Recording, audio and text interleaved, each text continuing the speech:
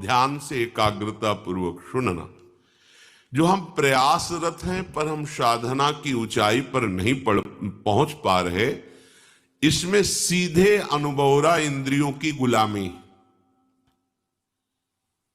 धैर्य पूर्वक सावधान होकर श्रवण करें। इंद्रियों की गुलामी, आप अपने को ज्ञानी माने, विद्वान माने, भगत माने, महात्मा माने, वीर माने, कुछ भी, ये गुलामी छूट जाए तो अभी तुम स्वरूप में स्थित हो जाओ। ये जो हमारी 5 ज्ञान इंद्रियां हैं, आंख, कान, नाक, जिह्वा और त्वचा, नेत्रेंद्री, श्रवणेंद्री, घ्राणेंद्री, रसेंद्री और त्वगेंद्री,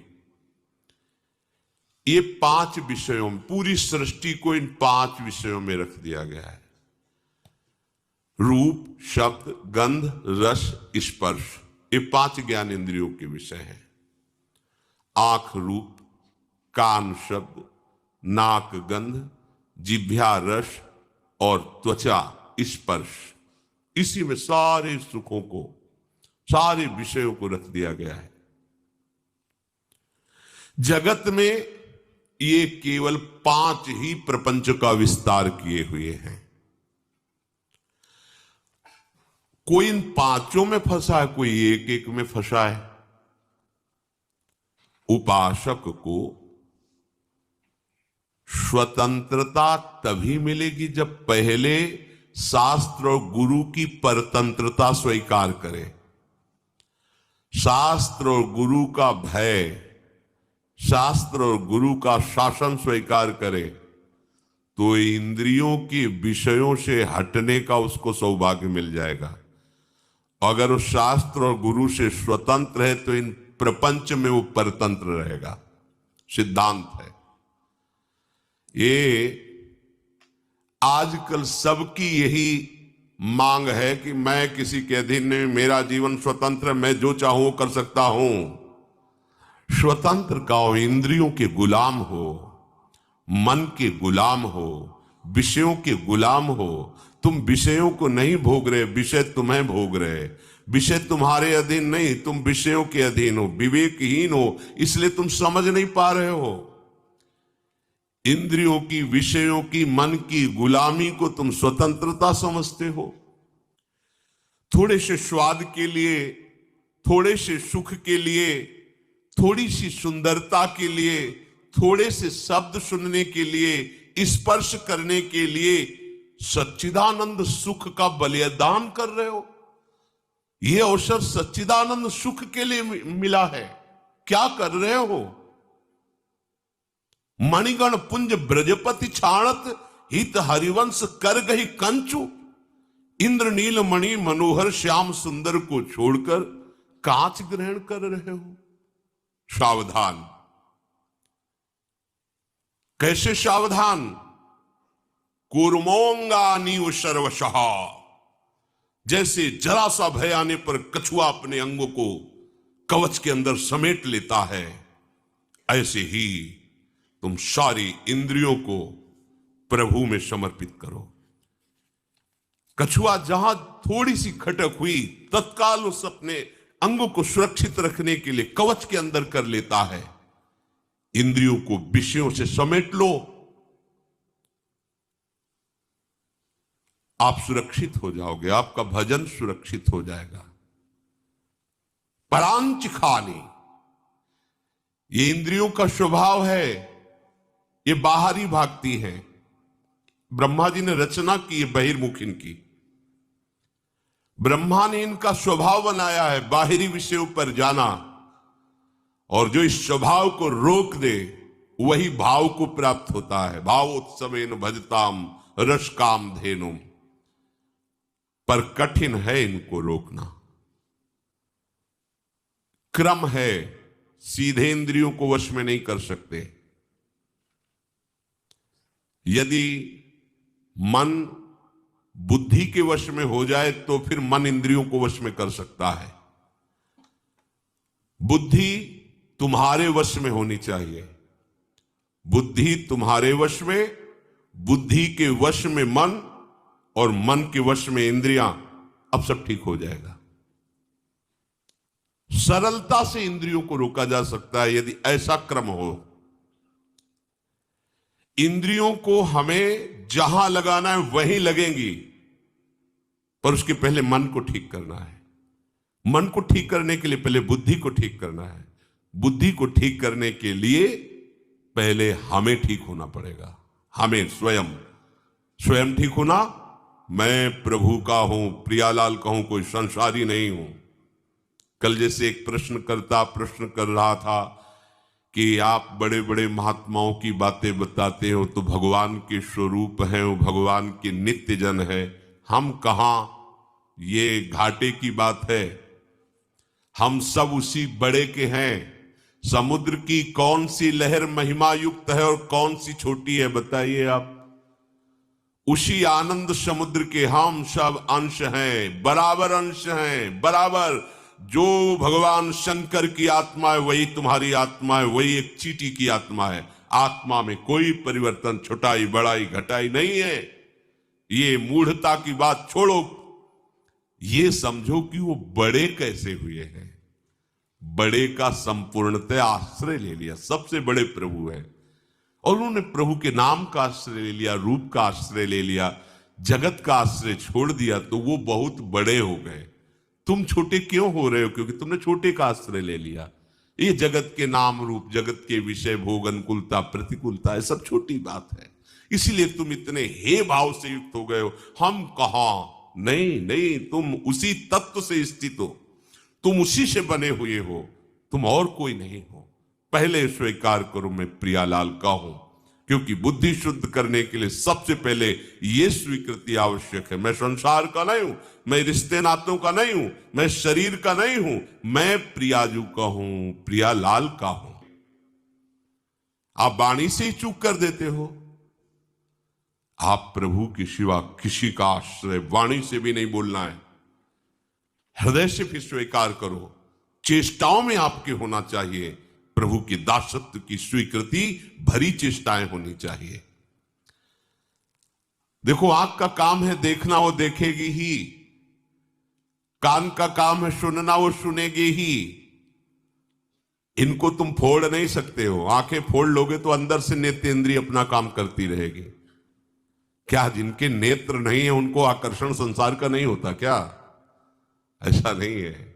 जिनकी श्रवणेंद्रिय नहीं है तो क्या उनको शब्द सुनाई नहीं देता? बाहर का नहीं सुना है, अंदर को प्रपंच चल रहा है।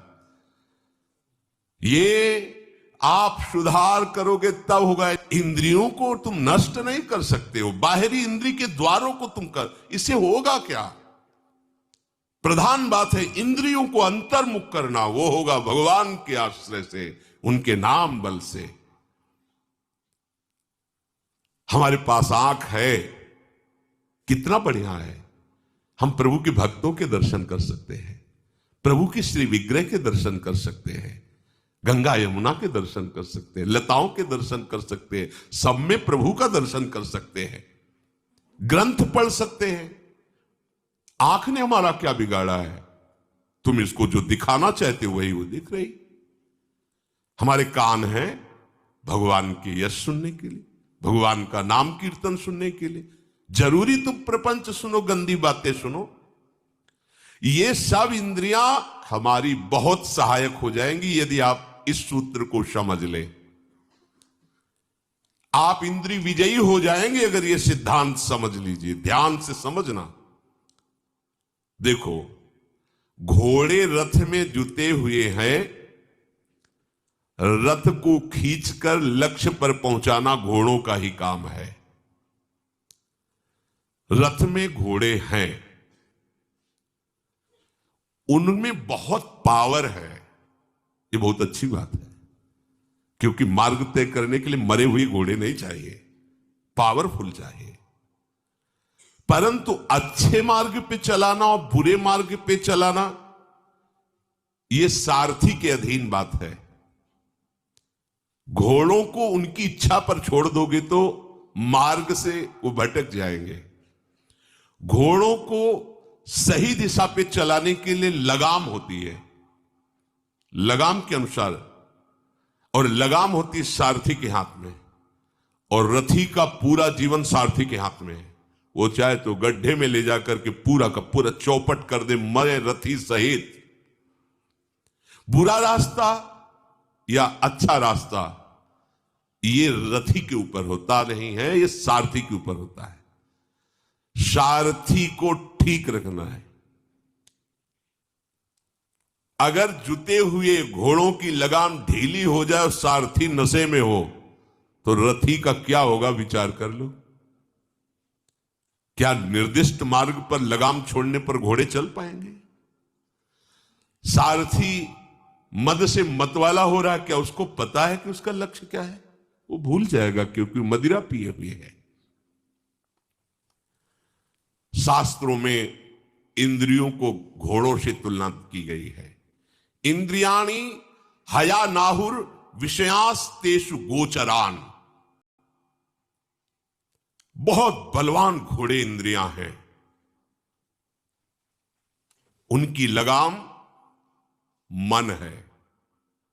मन रूपी लगाम को पकड़े हुए जो सारथी है वो बुद्धि है, और इसमें जो बैठा हुआ रथी है वो जीव है, वो आत्मा है। जो आत्मा है वो रथी है, रथ में बैठा हुआ है। विद्य शरीर रथ में वतु, ये शरीर रथ है, आत्मा रथी है, बुद्धि सारथी है, मन लगाम है, इंद्रियां घोड़े हैं। यह शास्त्र कह रहा है। इसी रथ में बैठकर हमें अपने असली घर पर पहुंचना है, प्रभु के पास। ये रथ मिला है यात्रा तय करने के लिए, प्रभु के धाम में पहुंचना है। इसलिए अपनी आत्महत्या मत करो। आत्महत्या, अगर ड्राइवर नशे में है तो पूरा का पूरा गाड़ी चौपट कर देगा, ऐसी जगह भिड़ा देगा, ऐसी जगह गिरा देगा, बिना लक्ष्य के चला देगा। सबसे पहली दवा कर ली है रोगी ड्राइवर की, सारथी की। ये विषय रोग से ग्रसित बुद्धि, जिसने निश्चय किया है कि भोगों में सुख है, नशेबाज ड्राइवर है, और बहुत जोर की मदिरा चढ़ी, उससे तुमने पूरी की पूरी रथ और अपना जीवन समर्पित कर दिया, तो अब नष्ट ही होने के सिवा कोई मार्ग नहीं। विषयी बुद्धि कहां गिराएगी जाके, देख लो कैसी दुर्गति हो जाती है, नष्ट कर देती बुद्धि। क्या बताए, मेरी बुद्धि भ्रष्ट हो गई थी, मैंने ऐसा क्यों किया। आजीवन जेल, मरने के बाद नरक। एक घटना ने पूरे जीवन को बदल दिया। क्या हुआ? सारथी नशे में हो गया, लगाम ढीली कर दी, घोड़ों ने बलवान है, ऐसी जगह डाल दिया जाके, पश्चाताप के सिवा हाथ में कुछ नहीं रहता। अब हमें सावधान होना, बुद्धि की दवाई करनी है। तेषाम सतत युक्तानाम भजताम प्रीति पूर्वकम तो ददामि बुद्धि योगम तम। ये बुद्धि योग ऐसी औषधि आई, अब ये नशे में नहीं, अब बिल्कुल चैतन्य बैठी है। लगाम को खींचे हुए मन को अपने अधीन किए, घोड़े जाओ वहीं रुक जाएंगे, जिधर उधर मुड़ जाएंगे। सजेति हरिवंश चंद्र नामोच्चार वर्धित सदा सुबुद्धि, रसिक अनन्य प्रधान सत साधु मंडली मंडनो जयति। जिसकी बुद्धि निरंतर हरिवंश नाम जपती है, वो सद्बुद्धि, उस बुद्धि में प्रकाश हो जाता है। प्रभु का नाम, प्रभु की लीला, प्रभु का रूप, प्रभु का गुण, यही बुद्धि में बैठना चाहिए।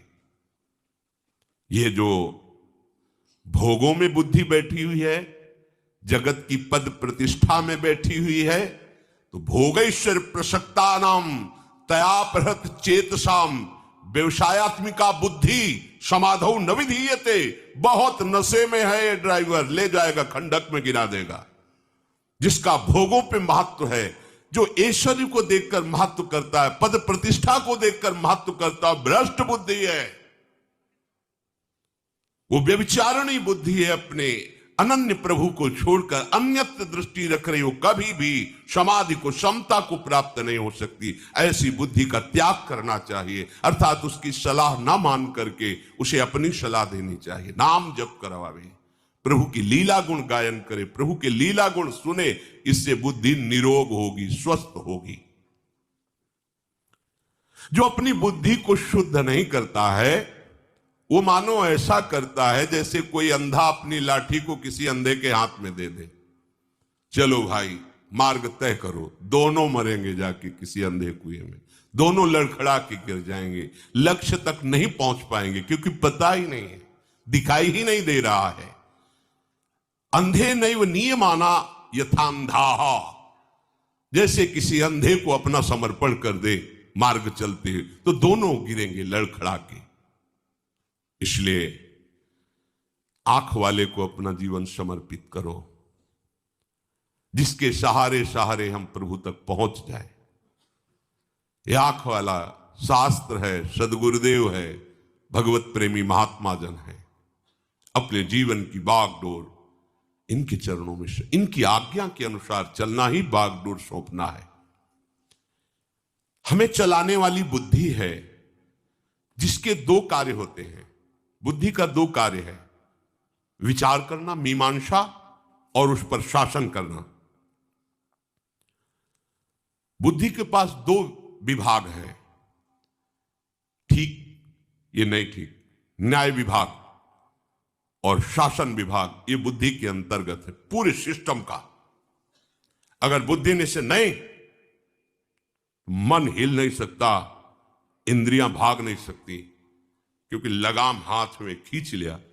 अब बुद्धि नशे में है, जिधर घोड़े खींच रहे लगाम खींचती चली जा रही, सारथी बेहोश है, लगाम ढीली होती चली जा रही, बढ़ता रथ चला जा रहा है अमंगल की तरफ।